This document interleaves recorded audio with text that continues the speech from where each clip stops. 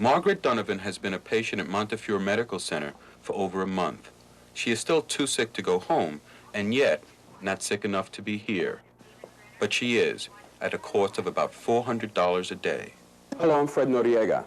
Over the last decade, one of the biggest burdens to the average taxpayer has been the overwhelming cost of medical care. In fact, it's the #1 industry of the state of New York, as well as an immense expense to the taxpayer, costing you 10 cents out of every dollar. Now, that's more than we spend on welfare or prisons. And while the prices keep going up, people complain that the services keep going down. I've worked in a hospital and I see what's going on there, so I do know there is waste. Naturally, there's going to be waste in any system that's set up, and healthcare is no exception to this. For example, authorities at St. Luke's Hospital in Manhattan estimate that 80% of the cases to hit their pediatric emergency room are not emergencies at all. Really, a patient with a cold shouldn't be seen in an emergency room. But we have many, many patients that come in that way. Why? I believe because they don't really have anywhere else to turn to. Then there's Art and Anita Potvin. After seeing a $400 overcharge on a hospital bill, they chose not to do anything about it. Why? Blue Cross was paying for it. We didn't follow through. And I'm ashamed to admit that. Hi, I'm Marie Torre. In my reporting of the high cost of health care over the years, I've been hit by an excruciating number of platitudes from the health community as to why it costs so much to keep us in good shape. This time, I have a dogged determination to know the plain truth, to know it from people involved in the health care controversy who, later in this program, will go on the record with their very own candid views. Fred? On this edition of Channel 2 The People, we'll examine the medical care system, pinpoint some of the waste, and find out what's being done about it.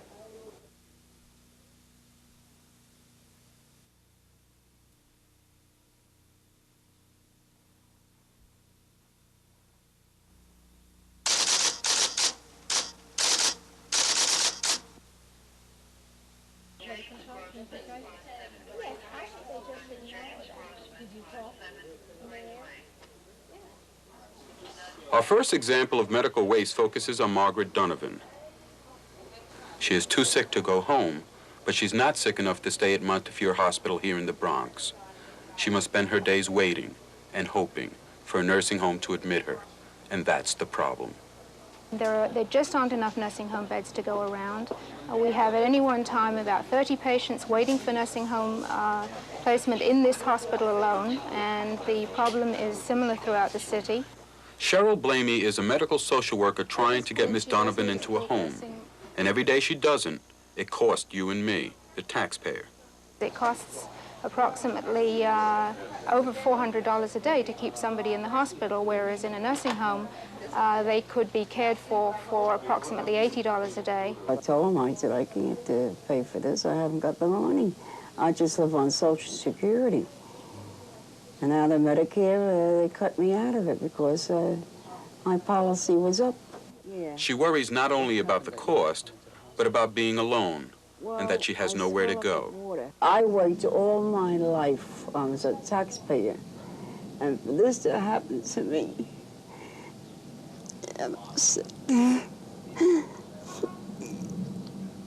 they really should have more nursing homes for people.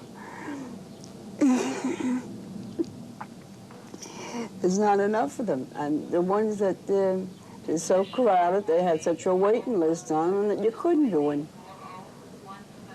Feel that there's some hope for you? Obviously, the problem is not Margaret Donovan's fault, no Montefiore's. It's only their burden. The hospital claimed that in 1980 alone, 261 patients accumulated 7,141 waiting days. That's an average of 27 extra days per patient. At $400 a day, the money wasted came to $2,856,400. And it doesn't stop there.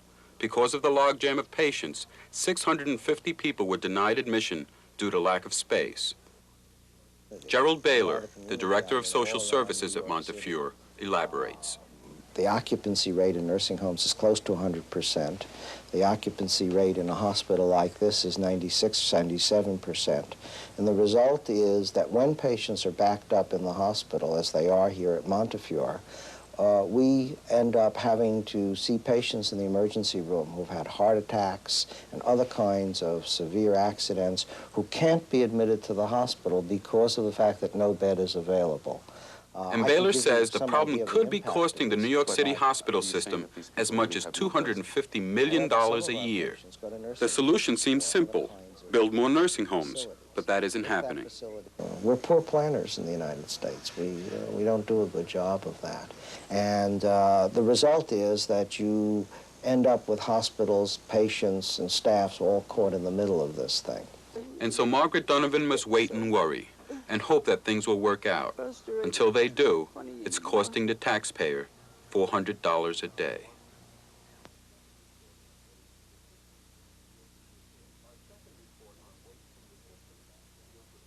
Our second report on waste in the system deals with your bill.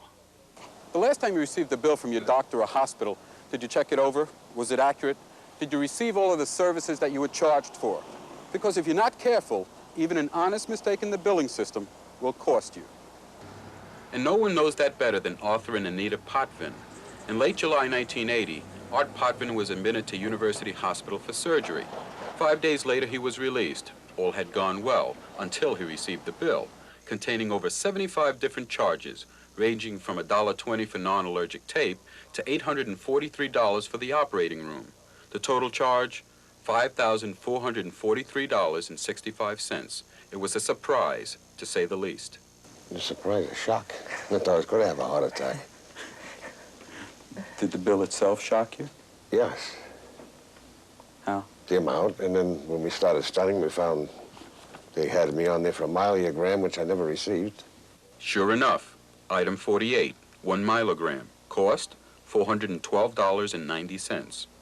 The Potvins turned to their friend and attorney, Lon Burney, for advice. I started out with the inclination that there was intentional overcharging, because when it was brought to their attention, they denied it. And they denied it until they were aware that we had the bill. The bill was supposed to go directly to the insurance company. By mistake, a copy was sent to the Potvins. I called to inquire about the myelogram myself, and at first was told by the medical records department that it wasn't on the bill. They later admitted it was. I then spoke with John Dietz, Director of Public Information. When I first called, they told me, in fact, that there wasn't even a myelogram on the bill. Actually, there was. We looked it up, and you were correct. There was a myelogram charge for him. As you know, also, it's been deleted. Is there a possibility that this could be a frequent occurrence within the billing system? I'm glad you asked that. It happens once a month on the average. And University Hospital claims they handle over 250,000 transactions in that time. But Bernie says his experience leads him to believe overbilling is common. It's very rare where a patient is not overcharged in some point of their hospital stay. If an error is pointed out to us, we're more than willing to correct it, to rectify it in whatever way possible. Which brings us back to the Potvins, who also made a mistake concerning their bill, and probably a greater mistake at that. They never contacted the hospital about their overcharge, because after all, Blue Cross was paying. We didn't follow through. And I'm ashamed to admit that. She may feel ashamed, but ultimately, it will cost them. 1977 statistics indicate that private insurance pays only about 53% of total hospital charges. The taxpayer and consumer pay the rest. It didn't help him. When did you have medicine? How long ago? And how long did you use it? Emergency room medicine has probably grown faster than any other hospital specialty. In fact, it's become the family doctor for many people who just can't afford to go any other place, and it's costing the system millions. On any average day, the pediatric emergency room at St. Luke's Hospital in Manhattan will see about 60 patients. Of those 60, only 12 will be real emergencies. Really, a patient with a cold shouldn't be seen in an emergency room. But we have many, many patients that come in that way. Why? I believe because they don't really have anywhere else to turn to. Dr. Fadel Hockroth has been taking care of kids for about 14 years. She is the director of this emergency room. Hop says the reason mothers come here is because the emergency room is the only place they are not required to pay for treatment. No one is turned away. To get an idea of how large the problem has become, we must once again look at the numbers. The hospital says there are an estimated 2,250,000 kids in this city, of which 750,000 receive private care, no problem. Another 600,000 receive Medicaid. That leaves a majority of 900,000 who have nothing, except the emergency room. The solution seems simple. Build clinics to serve the needs of the poor. It's been done. You're looking at one right now. Except this one is closed for the day due to lack of funds and non-use. Ironically, this clinic is located in St. Luke's Hospital, right next door to the pediatric emergency room. They must pay before they're seen in the clinic. They must pay in cash before. And if they don't have the money? Then they are referred back to the emergency room. And who does end up paying for these visits to the emergency room? Ultimately, everybody foots the bill. Dr. Lewis Cooper is the hospital's director of pediatrics. As long as we're using episodic care, as long as people are delaying in coming in for treatment because they don't want to pay the money out of pocket, we're going to have kids who come in later and are sicker and require more hospitalization. And more dollars from the taxpayer. His point is this. The system is forcing the mother into acting penny-wise when she brings her child here for episodic care. But she is also acting pound-foolish because she never learns how she could prevent the problem or illness as she would in the clinic. It's costly and it's wasteful. And it doesn't provide the kind of medical care that the patient should be receiving. Channel 2 The People will continue with Marie Torre in just a moment.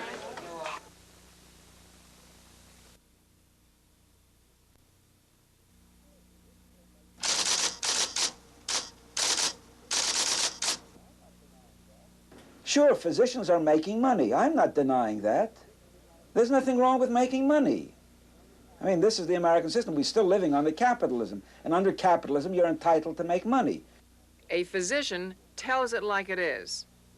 Any emergency room director can tell you about thousands of cases of people who come in, not because they have a true emergency, but because they just couldn't find a convenient way to get attention in any other way except to go to the emergency room, which is a very expensive and wasteful way to do it. This New York City hospital administrator tells me that the emergency room is just one of many areas of hospital misuse, creating bigger and bigger bills for patients. It would take more time than this program allows to list the many and wasteful practices that contribute to the galloping cost of health care. Fred Noriega outlined a handful of them. And here's another one. Because of the paperwork and bureaucracy, New York State is 4 months behind in reimbursing hospitals for Medicaid payments. Now, most hospitals can't wait that long. So in the interest of interim relief, they take out bank loans. And do you know how much it costs them in interest for those loans? $4 million a year per hospital, an expenditure that jacks up your hospital bill and mine. It's a never-ending fiscal pain for hospitals in the city. We assume that possibly as many as 13 hospitals may not be able to meet payroll next week, and perhaps as many as 30 or so additional hospitals will have to try to get financing from a bank. Jane Herzog is executive director of the Greater New York Hospital Association. She tells me there's a life and death matter not only for some of the patients in hospitals, but also for the hospitals themselves. And how do the hospitals manage to survive? You guessed it. They charge you and me more and more to cover such unforeseen expenses as interest on bank loans, which never would have had to be made if the state paid its Medicaid bills on time. At the Human Resources Administration, I asked Commissioner Barbara Bloom why. Why does it take so long for the state to reimburse hospitals? The claims are paid within a 12-day period. Most of the claims that come to the state have been in process in hospitals for anywhere from 30 to 120 days. If it takes as much as 120 days for a hospital to gather all the information on Medicaid patients to determine eligibility, doesn't this tell you something? I mean, is there something wrong? I think that the system certainly is not an ideal one. We recognize that we can streamline at the state level and with our local districts some of the process, but we must also recognize that these are tax dollars that are being expended for medical care, and we have to have considerable evidence that a person actually needs the public tax dollar in order to pay for care. Reporters in search of straight answers are not likely to stumble on them in government offices. The people there are, after all, just cogs in the vast, convoluted machinery of government.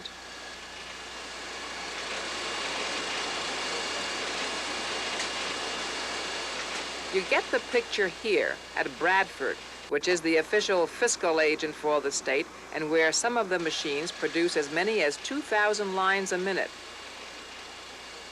All Medicaid bills pass through here. These are the computers that determine whether a Medicaid bill gets paid or is denied.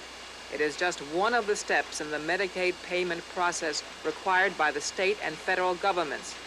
No pun intended, but it's enough to make anyone sick. The amount of forms and accounting staff that are required just to meet the reporting requirements of these two entities is staggering. Sandy Williams is former administrator of Roosevelt Hospital. He now runs hospitals for the Church of Charity Foundation of Long Island. The Hospital Association of New York State estimates that 25% of hospital costs are expended simply to meet somebody's regulation. That is a very big price to pay for medical records and forms filling out. I don't know if you've ever seen a completed Medicaid application. I have two here. This one is 98 pages. The second is 68 pages. It takes a hospital an average of 1 hour to assist a patient or their family to complete such an application. It takes an average of 3 encounters with the patient or the family to produce all of this documentation that is necessary, or is necessary in the minds of those who set forth the program. I think sometimes debatable.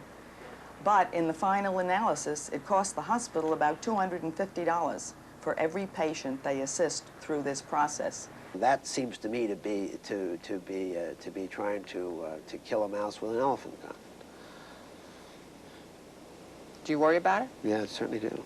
I certainly do. I think that the hospitals in New York State are close to collapse, particularly in New York City.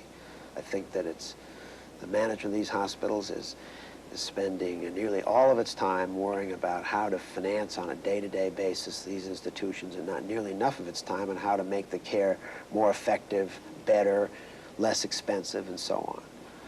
I know I spend virtually all of my time on hospital finances. And I think that good hospitals are now in serious jeopardy. If Medicaid is at the bottom of a hospital's financial woes, it's not said to be any doctor's fault. In the Medicaid program in New York City, a physician receives about $9 per visit. The same visit in a hospital clinic costs $50. Why? Dr. Albert Maldovan is often called upon by the County Medical Society of New York to speak for doctors. Possibly, if a physician were paid an equitable fee, he would see the patient in his office at much less cost, much greater efficiency, and probably do the patient a lot more good. You cannot expect a man to see a patient for $6 a visit in today's world. You said $9. $9 for the top.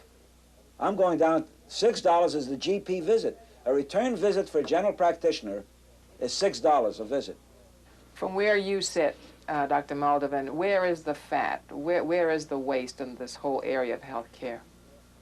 Hospital costs, cost overrides in construction, the tremendous amount of waste and duplication, the tremendous amount of paperwork that's involved. Is all this paperwork necessary?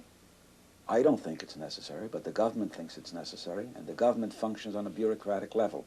The government functions that when it creates a job, it's never going to stop that job because there are jobs there. And one job begets another job, and another job begets another job, and everybody has to justify their existence. By justifying their existence, they add more and more, and it costs more and more money. I asked Dr. Moldavin about excessive doctor fees. There's nothing wrong with physicians' fees rising. When I went into practice, my malpractice insurance was $250 a year. It is now $4,000 a year. Now, somewhere along the line, I have to make more money to go from $250 a year to $4,000 a year. As a society, we've managed to place physicians in the category of a demigod, and I think that we've almost boasted about how much our physicians cost and how valuable they are to us. And I think that, and they are valuable to us, but I don't think they're demigods, and I don't think most responsible physicians would claim they are. But nevertheless, we kind of set ourselves up for this in so many ways. There's nothing wrong with making money. I mean, this is the American system. We're still living under capitalism. And under capitalism, you're entitled to make money. Nobody says you're entitled to rob, steal, or commit fraud. If anybody commits fraud, I sit on the New York County Medical Society's committees just on this area in peer review. And we think very little and work very hard to eliminate the bad apples. But there's nothing wrong with making an honest living.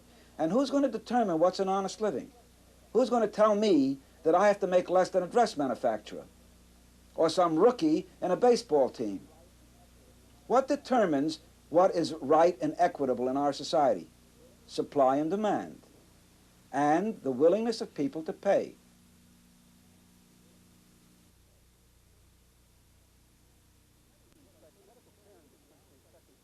In many respects, medical care in this country is second to none.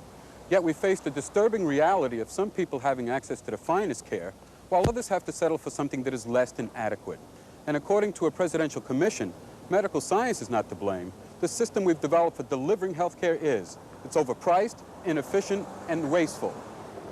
The ailing condition of health care in the country as well as the state has been around long enough to be regarded as chronic. There is a crying need for a prescription that works, something strong enough to bring about change, and right away. Fred? For Marie Torre, I'm Fred Noriega. We'll see you next week with a new edition of Channel to the People.